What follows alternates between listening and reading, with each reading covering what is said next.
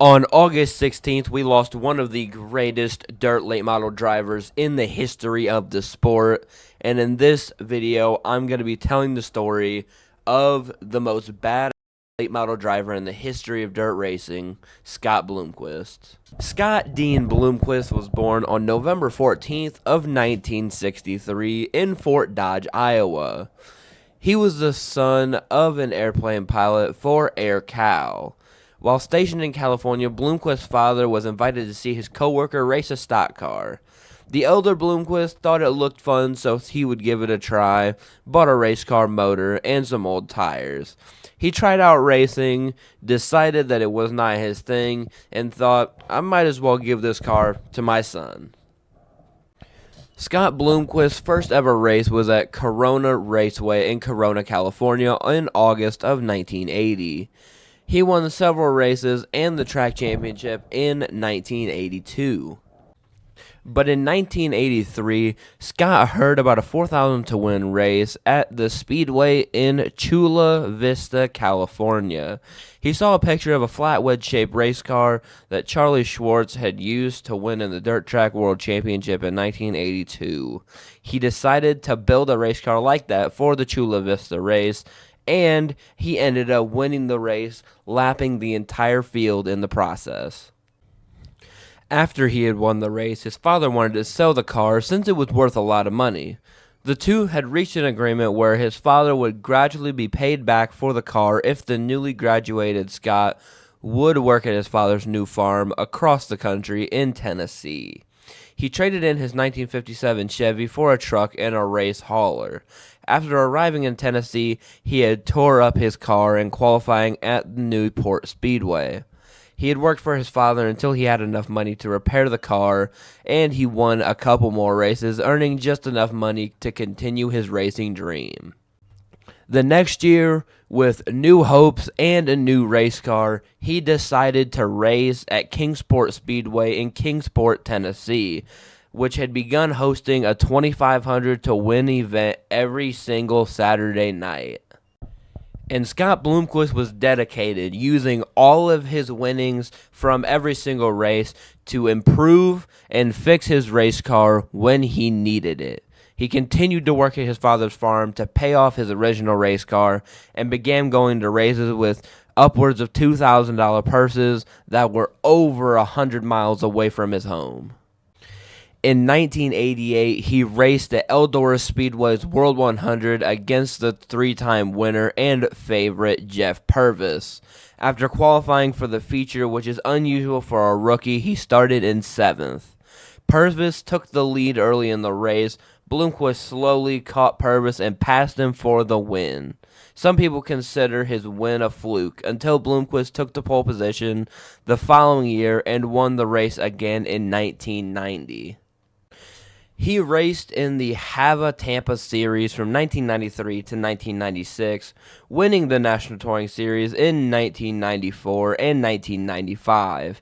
He led the 1996 points until he lost all of them for bumping another car under a caution. He had 60 wins in the series during that time, with second place only having 18. Now you're starting to realize how good this guy really was. In 1997, however, he would have problems both on and off the track, leaving racing and starting reading. He read about the human body and mind. After he returned to racing a changed man. He took all of his sponsors off the car, used only black and white paint, and changed from his familiar number 18 to his iconic number 0. He put the yin-yang symbol in the middle of the 0 to represent the balance that he had found in his life. Later, the number 0 had a skull and crossbones through the middle of the number. In 2003, Scott competed full-time on the Extreme Dirt Car Series, formerly the Hava Tampa Series. He won his 5th championship for the organization, and in 2004, he began racing with the World of Outlaw Late Model Series, and, would you guess it, won the series championship. In 2006, he was named the RPM Racing News Driver of the Year, winning the Dream for $100,000, winning the Topless 100 for $45,000, the Scorcher 100 for $20,000. He won the Race Fest for $20,000, the Dixie Shootout for $15,000, and the Cedar Lake Nationals for $50,000. Also tagging on 9 additional wins with the Lucas Oil Late Model Series. You can probably say that this season he had cashed out pretty well. Bloomquist returned to the series and won the 2009 Lucas Oil Late Model Dirt Series Championship. He returned to the series in 2010, defending his points championship, and Bloomquist would be the series runner-up for 2011, scoring 15 victories and having earnings north of $272,000 for the year. Moving into 2016, he was the Lucas Oil Late Model Dirt Series champion yet again. His 2019 season was delayed after an injury sustained in a street crash, but he returned to action in June of 2019 with his teammate Chris Madden. He had limited success while recovering from his injuries. But Scott Bloomquist's career is not without controversy and struggles. On October 5th of 1993, Bloomquist was arrested and charged for possessing 2.7 grams of cocaine, being found not guilty of the felony sale and distribution, but guilty of the misdemeanor drug possession and possessing drug paraphernalia. He was sentenced in November 1994 to the maximum penalty of a $5,000 fine and 1 year in prison. It was his first misdemeanor conviction. He filed an appeal, and his sentence was cut in half to only 6 months, and he served his time in a work release beginning in 1997. And to round it out, 2 parts of his racing career a lot of people wouldn't know.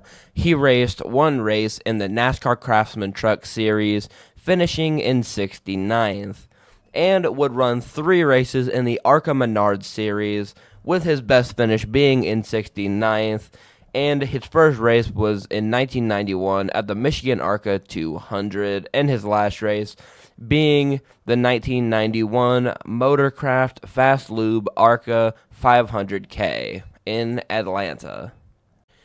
Back to his dirt late model racing, Scott Bloomquist would have a very limited driving schedule in 2022 due to some of his back issues, and the 2023 race season was put on hold while he was scheduling back surgery to hopefully fix his issues. But this is Scott Bloomquist we're talking about. In 2024, he returned to the Eldora Speedway in his Team Zero chassis late model, trying to win his 9th ever late model dream. Unfortunately, after contact with fellow racer Shannon Babb, he would crash into the backstretch wall, causing unrepairable damage, which would end his night early. It's a 3-car length lead up front as we see the double box here as Bloomquist into the wall, and Bloomquist on his lid into turn 3. Red flag out on the speedway as Bloomquist and Babb make contact on the back straightaway. And like I said in the intro, unfortunately on August 16th, 2024, he crashed his personal vintage airplane near his home in Mooresburg, Tennessee, and would pass away at the age of 60, which is the most Scott Bloomquist way to go. If you enjoyed this video, please hit the like button, subscribe to the channel if you have not already, and I will see you guys all in my next video.